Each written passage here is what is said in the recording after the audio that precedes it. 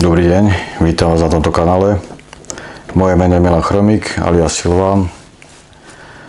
Dnes porozprávame o tom, prečo zlyháva liberálna demokracia, s akými princípmi, pravidlami fungovania alebo s princípmi sociálnej prírody človeka a s hlbennými mechanizmami je to spojené a čo môžeme očakávať do budúcna, aké systémy budú stabilné, aké princípy stabilizujú tieto systémy a pred akými systémami je budúcnosť.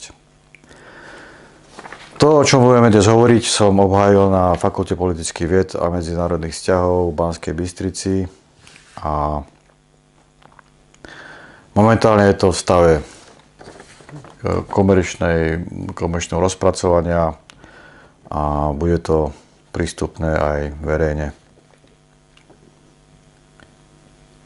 Čo sa týka liberálnej demokracie, problém liberálnej demokracie západného typu alebo vo všeobecnosti demokracie je ten, že nie je postavená na fundamentálnych princípoch, na akých existuje alebo ktoré sú prítomné v sociálnej prírode, spoločenskej prírode človeka. Ide o tie mechanizmy a tie princípy, ktoré sú zviazané, napríklad sú tam dve také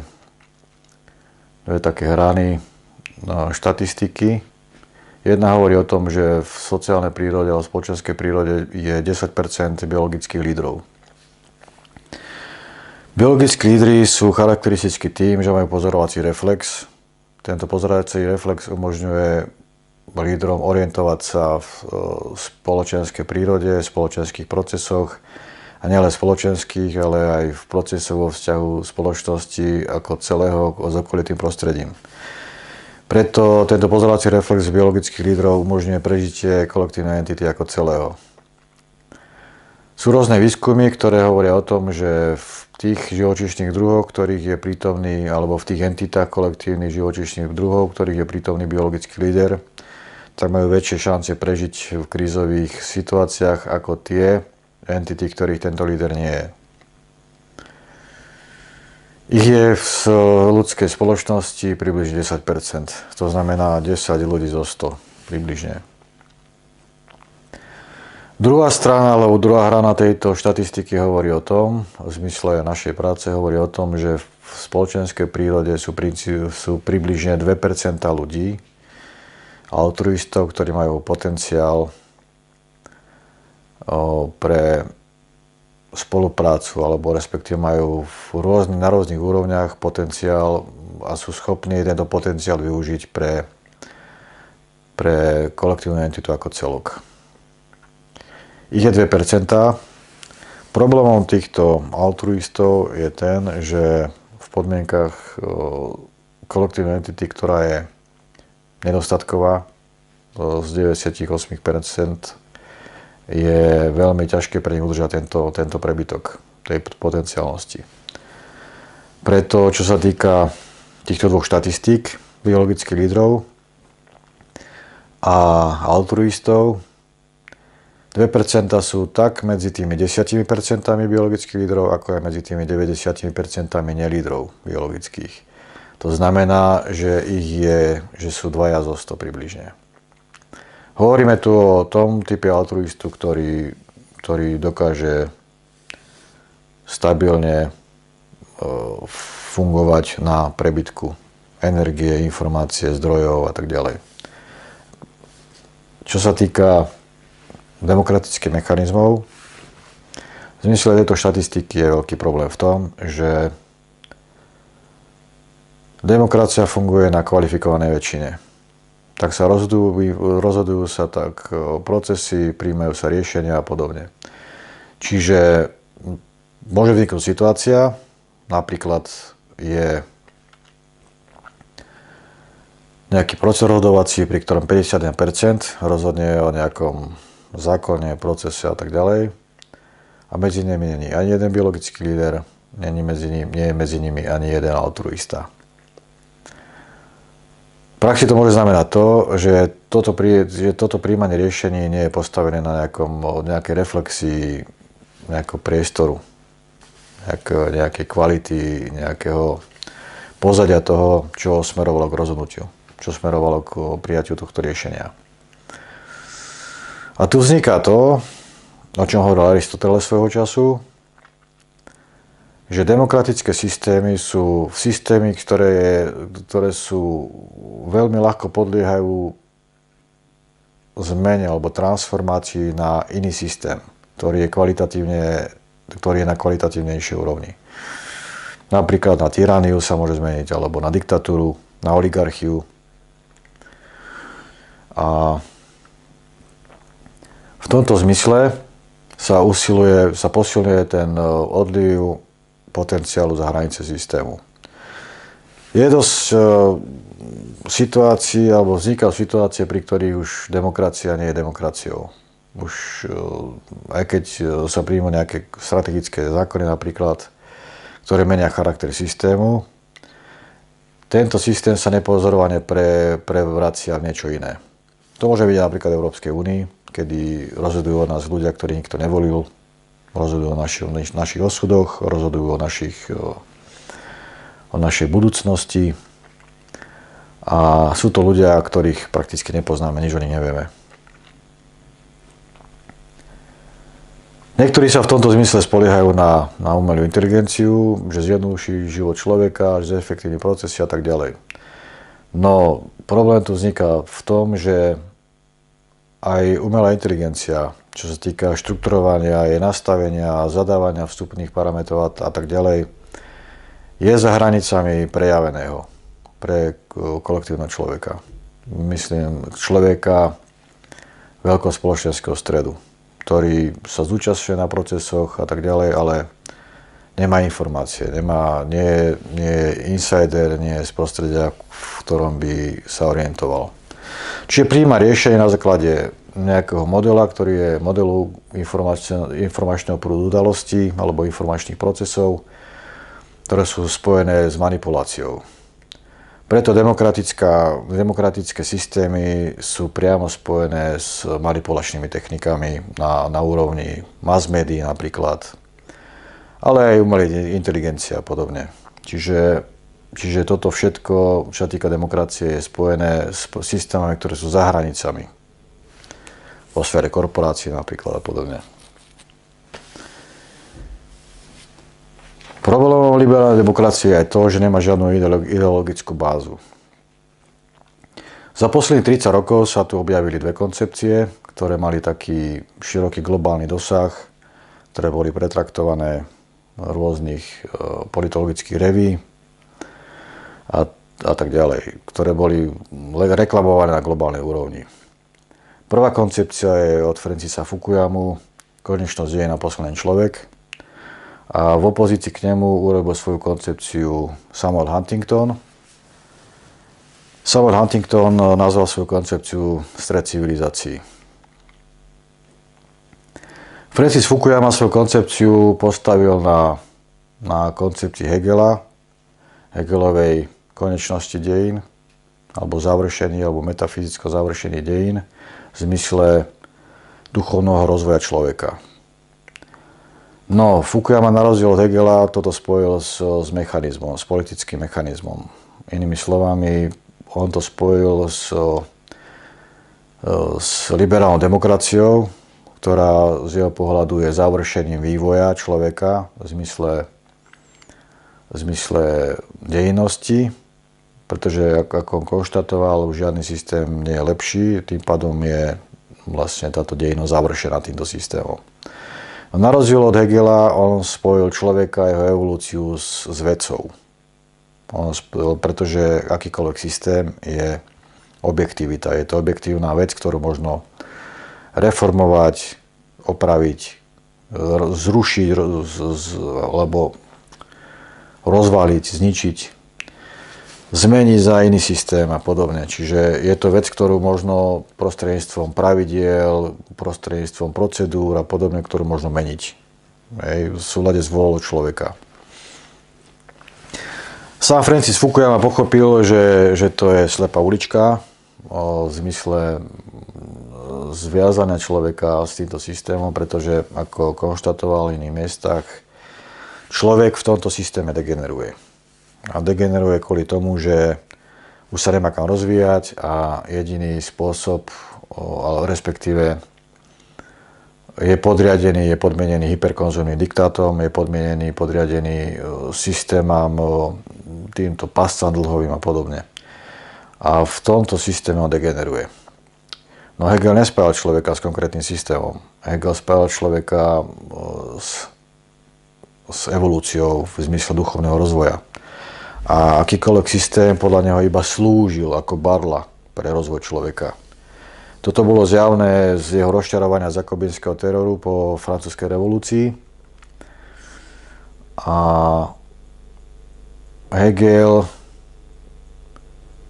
prístup Hegela je svojím spôsobom na rozdiel od Fukuyamu, alebo rozdiel medzi nimi je asi taký, ako je medzi kultom a kultúrou. Prístup Francisa Fukuyamu je akoby služba kultu nejakej veci. A prístup Hegela je ako kultúra rozvíja človeka. Rozdiel medzi kultom a kultúrou je ako medzi celkom a celostnosťou. Celok je ohraničené niečo, konkrétne nejaký systém, a celostnosť je všetko to, čo je aj v tom ohraničení, aj za jeho hranicami, čo sa prelína. Napríklad človek, fyzické telo, alebo človek fyzický. Človek je zdánlivo ohraničený, vymedzený v realite, no cez človeka prechádzajú vlny, ktoré prechádzajú cez steny, ktoré prechádzajú cez matériu a tak ďalej. A to je to pozadie, to je ten fón človeka, to je tá celostnosť, ktorá je súčasťou človeka a ktorá je súčasťou človek. A o tom to hovoril Hegel. Hegel hovoril o tom, že človek sa rozvíja do tejto reality celostnej, do tejto reality ducha, v zmysle eterické energie a celostnosti a tak ďalej. A to je niečo úplne iné, o čom hovoril Francis Fukuyama. Čiže Fukuyama z môjho pohľadu sa kardinálne mýlil. Čo sa týka opozície voči tejto koncepcii, tam postavil svoju koncepciu Samuel Huntington na tom, že nie je konečnosť deje, nie je ideálny systém, ale v budúcnosti dôjde k stretom týchto systémov v zmysle civilizačných okruhov, civilizačných celkov. On vo svojej koncepcii akoby vyčíslil niekoľko týchto civilizačných okruhov. Pravoslavný, islamský, konfuciánsky, liberálna demokracia alebo západný systém a podobne. A čo sa týka Samuela Huntingtona, on z môjho pohľadu sa dostal vyššie ako Francis Fukuyama z prostej príčiny, že Francis Fukuyama svoju koncepciu postavil skôr na koncepcii Hegela o politickej antropológii, respektíve o štrukturovaní vzťahov, na pozadí ktorých sa formuje ľudská spoločnosť. Napríklad Hegel mal vo svojej koncepcii alebo vo svojej takej politickej antropológii mal prístup, respektíve vo svojej koncepcii on hovoril o vzťahoch medzi otrokom a pánom. To je vlastne prvá úroveň politickej antropológie, prvý level, prvá úroveň vzťahov, ktoré sú v zmysle koncepcie postavené na tom, že z pozície otrokára som len ja a nikto iný, z pozície otroka je len môj pán a nikto iný. To je prvá úroveň vzťahov, to je prvá úroveň bez polarizácie. Samuel Huntington sa dostal vyššie, on sa dostal na úroveň polarity. Je civilizácia a proti nej iná civilizácia. A teraz oni medzi sebou buď spolupracujú, alebo konfliktujú. No to už je level vyššie. To už je koncepcia, alebo koncepcia v rozvinutom zmysle som ja a je aj druhý. Teraz budeme spolupracovať alebo konfliktovať. To je druhá úroveň. To je druhý kauzálny genetický kód. No, a jeden aj druhý sú v podstate téza a antitéza. Oni hovoria o tom istom, no jeden z pozície procesu, to je Fukuyama, konečnosť dejín, rozvoj systému, najlepší systém histórie a podobne. To je procesuálny aspekt. A Samuel Huntington hovorí o tom istom z priestorového hľadiska, z priestoru vzťahov. Nehovorí o tom v zmysle najlepší historický dejiny a podobne. On hovorí o priestore vzťahov, ktorí dochádzajú k rôznym situáciám. A jeden aj druhý hovoria o tom istom, no každý z inej pozície. Jeden z pozície priestoru, druhý z pozície času alebo procesu. A sociálna realizácia človeka je v princípe postavená na triáde ľudia, miesto, čas. Ak je to syntéza, ktorá je s prebytkom, tak sú to správni ľudia, správne miesto, správny čas. A v tom spočíva podstata toho problému. Pretože človeku je dostupná syntéza. On sa môže na systém pozerať z pohľadu času aj z pohľadu priestoru. Jeden človek sa môže pozerať na rôzne aspekty toho istého celku. Preto je človeku dostupná syntéza. A v tomto zmysle je postavená aj tá kauzálna genéza. To znamená, že na systéme môžeme pozerať ako na nejaké vývojové štádium v procesuálnom zmysle a cez tie vzťahy aj na priestor. Akože systém prvej generácie, to je prvý kauzálny kód. Systém druhej generácie, druhý kauzálny genetický kód. A to je zároveň polarita, tretí syntéza, to je triáda, štvrtý je ohraničený celok, to je kvadratúra, už priestorová elementárna štruktúra, a piatý možnosť prejsť z vnútorného priestoru tej ohraničenej štruktúry von a naopak bez narušenia tej celostnosti. To je podstata kauzálnej genézy. A Fukuyama a Huntington v podstate povedali to, čo tu už je tisíce rokov. Povedali to, že aj pre otrokára bol najlepší systém jeho systém a tiež tam bol niekto povedal, nie je to najlepší systém a tak ďalej, pretože je polarita tak a budeme konfliktovať. Hej. Čiže to je staré ako človek, ako ľudská spoločnosť. To nič nové nie je, z môjho pohľadu. V americkej politológii vznikli pokusy o syntézu, pokusy o syntetizáciu týchto vzťahov, cez princípy brzd protiváh, napríklad otcovia zakladatelia, federalisti integrovali do toho systému rôzne mechanizmy, ktoré toto mohli štrukturovať v zmysle syntetickom. No v súčasnej politológii americkej je také chápanie ako Iron Triangles. To sú triády, ktoré sú zdánlivo syntetické, alebo majú zdánlivo syntetický nejaký potenciál. Pre syntézu je charakteristické to, že vzniká určitý prebytok, ktorý môže transformovať v spoločnosti. No pre tieto Iron Triangles je charakteristické to, že v USA oni vlastne hovoria o elementárnych štruktúrach, ktoré fungujú pri americkom parlamentarizme, pri americkom parlamente. Tam je štruktúra parlamentná, konkrétna, spojená s lobistickou skupinou. A táto lobistická skupina je spojená s konkrétnou korporáciou. A medzi nimi zdánlivo vzniká syntéza. Syntéza vzťahov. No v podstate to žiadna syntéza nie je, pretože prebytok, potenciál, ktorý tam vzniká, ide za hranice systému. On sa nevracia do systému. Táto triáda, táto ploskosť, táto sféra je odtrhnutá od reality, odtrhnutá od priestoru celej spoločnosti. Napríklad voliči idú, odvolia nejakého kandidáta, tým to končí. On nie je spojený so záujmami tých občanov, alebo je nejakým spôsobom, no v princípe on je spojený cez túto štruktúru tejto triády s tými skupinami, ktoré ho financovali mu kampaň a podobne. V USA je to legálna štruktúra. Z môjho pohľadu je to korupčná štruktúra. Problém je ten, že toto je spojené s archetypom sociálnej realizácie s hospodárom. A pre tento archetyp je charakteristické to, že on v momente najmenšieho odporu odchádza za hranice systému. On nepoužíva svoj potenciál pre štrukturovanie celku, celostné nejaké rozvojové programy a podobne. On svoj potenciál používa pre seba, pre prebytok a tak ďalej, no výlučne v svojich záujmoch.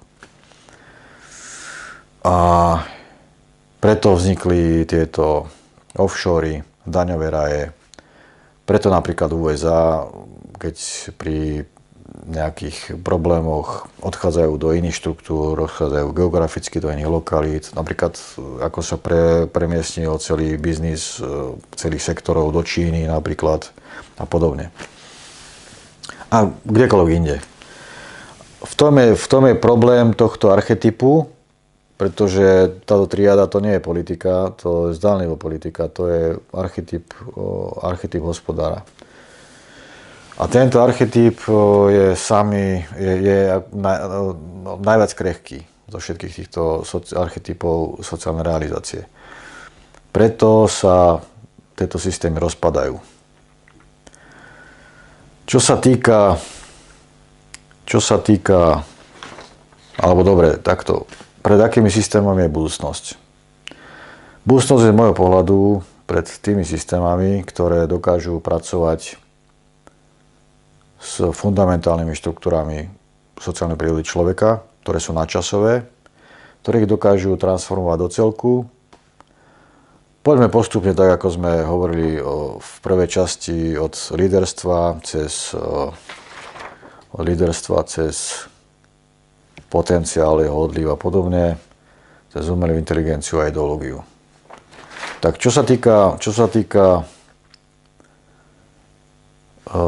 týka tých fundamentálnych štruktúr, ktoré sú prítomné v spoločenskej prírode, nebudeme hovoriť už o biologickom lídrovi, pretože liberálna demokracia vylučuje akýkoľvek typ líderstva. Tak ako je štruktúrovaná spoza hraníc, ona nepotrebuje lídrov.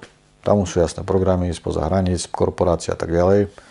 A akékoľvek typ líderstva, či je to prílogické, duchovné, akékoľvek iné, charizmatické a tradičné, nejaký prenos medzigeneračný, to tam zaniká. Toto je proste neželaná vec. No, tie systémy, ktoré dokážu pracovať s prístupom k líderstvu, tak a k líderstvu z jednej strany k lídrovi, z druhej strany k líderstvu, na tých princípoch, ako prebiehajú rýchlo procesy zmeny, ako v prúde súčasných procesov, globalizácia, ich zániku a podobne, narastá rýchlo zložitosť procesov. Preto v tejto dobe tie systémy, ktoré dokážu pracovať s princípom líderstva v zmysle situačnom, tie budú triumfovať. To je z môjho pohľadu. Pretože tu nehovoríme o lídrovi ako konkrétnom človeku, ktorý má nejaké vrodené danosti a podobne. Princíp situačného líderstva je dostupný prakticky komukoľvek. No vyžaduje prácu nad sebou. Princíp situačného líderstva hovorí o tom, že človek dokáže spolupôsobiť alebo je na jednej vlne s procesmi, ktoré prebiehajú v jeho okolí, v jeho realizácii a podobne. Dokáže ich reflektovať, dokáže ich vnímať, ale toto predpokladá nejakú prácu. Nebudem v týchto videách hovoriť o konkrétnych metodikách práce, nebudem hovoriť o konkrétnych praktikách, pretože tie vyžadujú priamo realizáciu pod vedením človeka. A bez tohto sú tu určité risky, ktoré proste nebudeme tu teraz riešiť. No to, čo môžem povedať, čo sa týka situačného líderstva, to je spojené s tým, že človek v prvom rade neklame sám seba. To je v prvom rade. V druhom, ale respektíve spojený s týmto, je to, že človek prijíma vo svojom živote, vo svojej histórii, minulosti všetko, čo bolo. Nič nevytesňuje, nerobí žiadne nejaké zámeny, žiadne kompenzácie, neklame seba, nerobí rozrývy v procese svojej histórie, svojho vývoja a tak ďalej.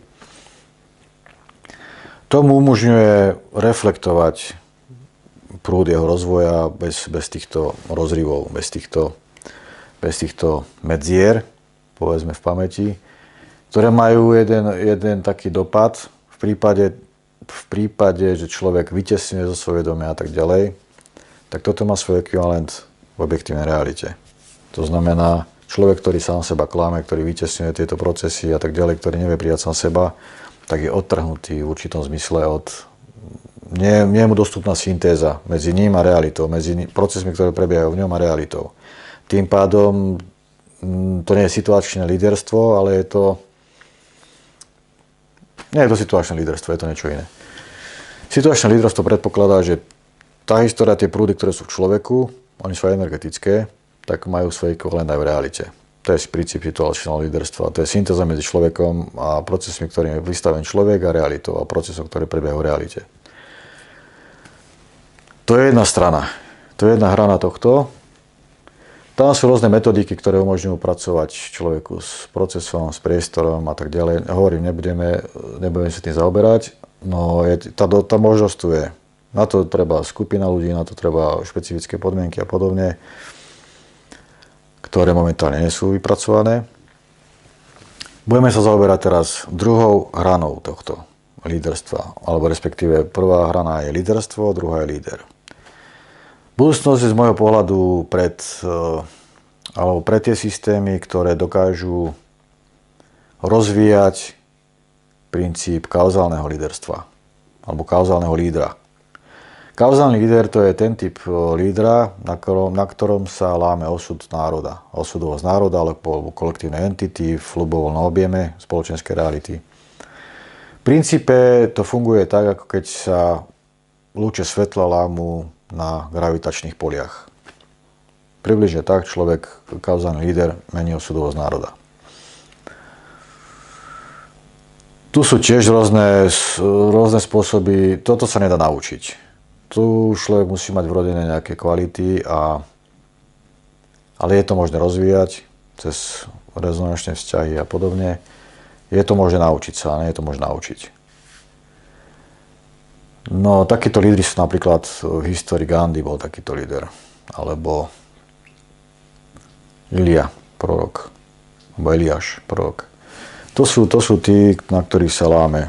Oni sú z časti, pre kauzálnu realitu je charakteristické to, že ona spája duchovnú realitu s fyzickou realitou alebo s objektívnou realitou, vnútornú realitu človeka s vonkajšou realitou, s subjektívnou vonkajšou realitou, aj kolektívnej entity a tak ďalej.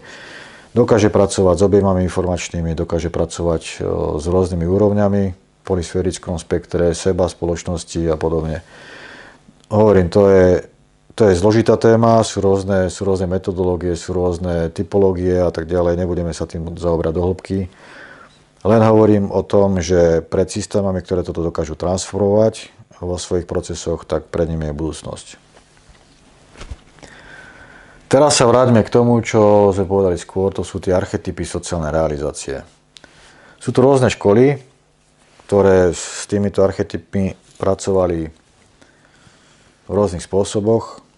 Sú to napríklad teozofovia, Rudolf Steiner so svojej idei sociálnej trojčlennosti toto rozpracoval ako sféru politicko-ekonomickú, kultúrnu. V podstate ide o makrospoločenský systém. Čo sa týka metodík, je tu aj Ángeles Ariénová napríklad. Ona pracovala v tomto s šamanskými tradíciami. Je tu Eva Veselnická z transformačnej tradície, ktorá má taký prístup súčasný, k súčasným systémom, s čím je to spojené.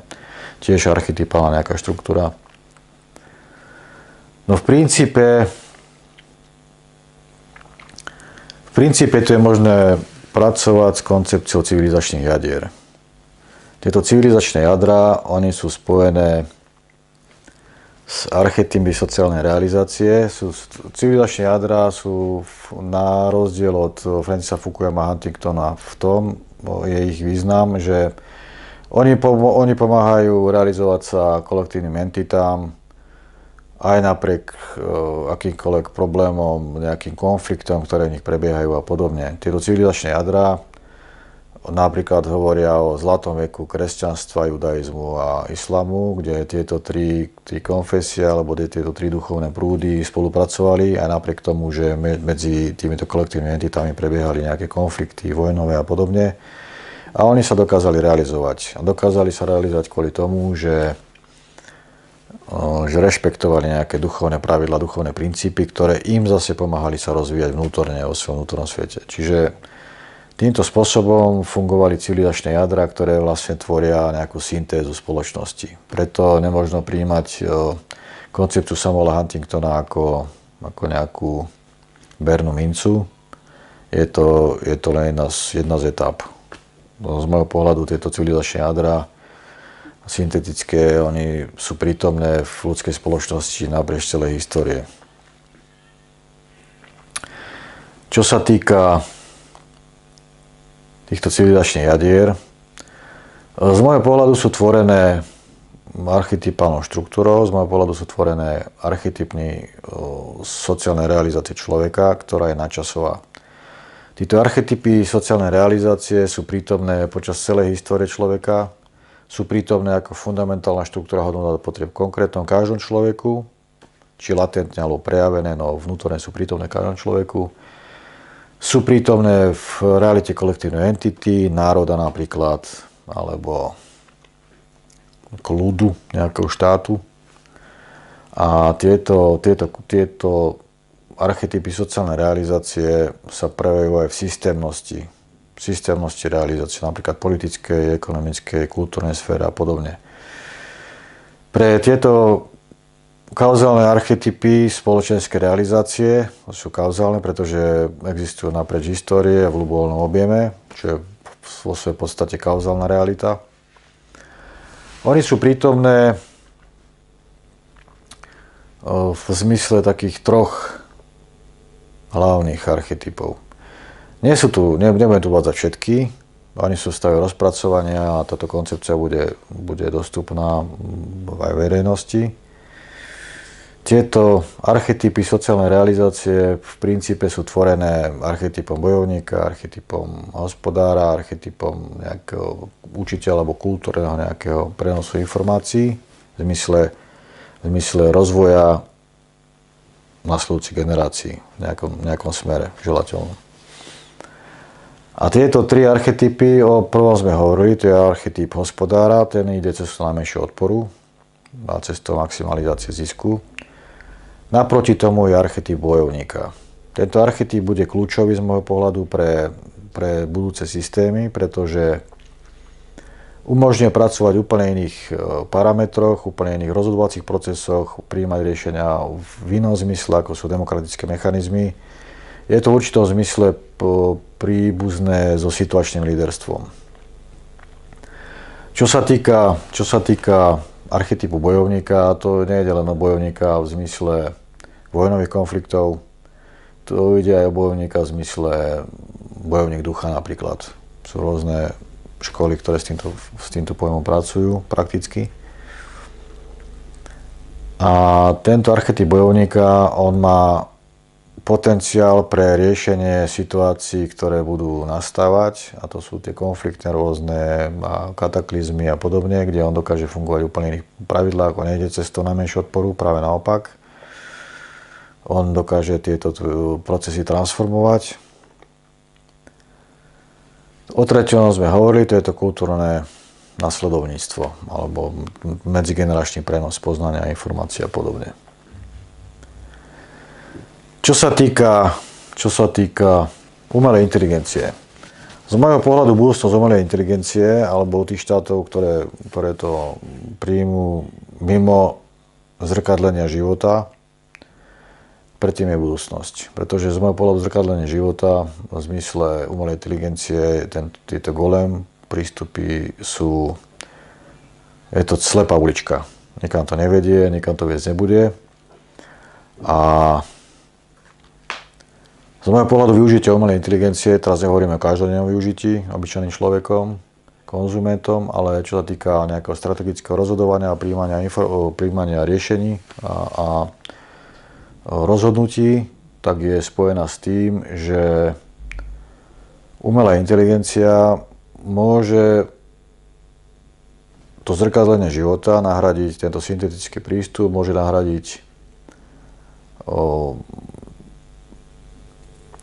nachádzaním polarít, ktoré majú strategický význam.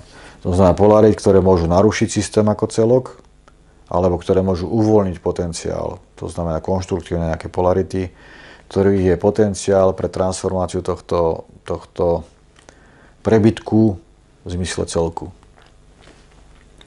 To je z môjho pohľadu budúcnosť využitia umelej inteligencie v rozhodovacích procesoch na strategickej úrovni.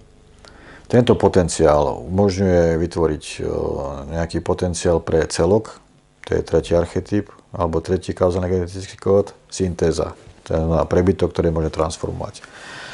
A aby sa to nerozvalilo, vzhľadom na ten prebytok, ktorý nekontrolovateľne môže spôsobovať opačné problémy, môže spôsobovať polarity inde a podobne, môže posilovať niektoré procesy, ktoré narúšajú, paradoxne rozbijajú systém. Tak ďalším aspektom pre využitie umelej inteligencie je ohraničenie systému zdravým zmyslom. To znamená, ohraničenie zdravým zmyslom je v princípe podobné na princíp polovodičov. To znamená, za určitých podmienok okolností prichádza do systému zvonku to, čo pomáha systému, a za určitých okolností systém bráni vstúpiť do systému to, čo narúša znútra. Takým príkladom môže byť napríklad migrácia, ktorú sme videli v Európe a ktorú zažívame dennodenne.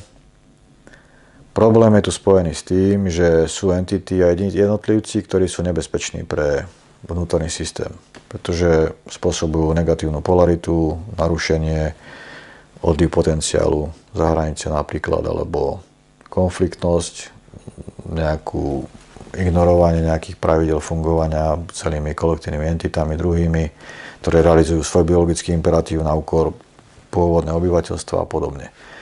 Čiže umelá inteligencia môže tieto veci alebo tieto procesy zastaviť na hraniciach, nepustiť tieto procesy dovnútra systému. To je jedna z možností, jedna z hrán využitia tohto. To je v princípe všetko, čo som sa povedal na túto tému. Ona je pomerne zložitá a v popise k tomuto videu je môj telegramový kanál, kde môžete toto video takisto v prípade, že je pre vás jednoduchšie a lepšie riešiť tieto, alebo si pozrieť to video cez Telegram, tak tá možnosť tu je. Ja vám ďakujem za to, že ste si pozreli toto video. Ja budem rád za vaše otázky, pretože tieto otázky mne pomáhajú tiež štrukturovať informáciu, pripravovať sa na nejaké ďalšie video napríklad, alebo ulobiť tam niečo, čo môže byť pre vás zaujímavé, aj pre mňa samého. Ja budem rád za vaše otázky a z toho dôvodu, že mne samému pomáhajú orientovať sa v tom, čo je pochopiteľné na tom, čo hovorím, čo je nepochopiteľné, a pomáhajú mi aj v zmysle nejakého triedenia informácií, ukladania a podobne. Čiže budem rád za vaše otázky, pretože na nich rastiem aj ja. Budem rád, ak vám to pomôže, to, čo hovorím. Využiteľnosť tohto je kdekoľvek, čo sa týka sociálnej realizácie človeka, pretože tam vstupuje fundamentálna štruktúra hodnôt a potrieb človeka, vstupuje tam nejaký vývoj systémnosti. Toto je možné použiť samozrejme v kombinácii s inými archetypmi, nielen s týmito tromi. Je to možné použiť pri určitom vývoji rôznych systémov v súkromnej sfére, v verejnom priestore, verejnej sfére, pri rozhodovacích procesoch napríklad, pri štrukturovaní procesov, vývoja rôznych systémov a podobne. Čiže cez svoje otázky môžete zadávať, konkrétne nejaké, čo by si chceli riešiť aj v tomto smere. Ja budem rád, ak vám toto pomohlo, a teším sa na ďalší krát. Dovidenia a ďakujem.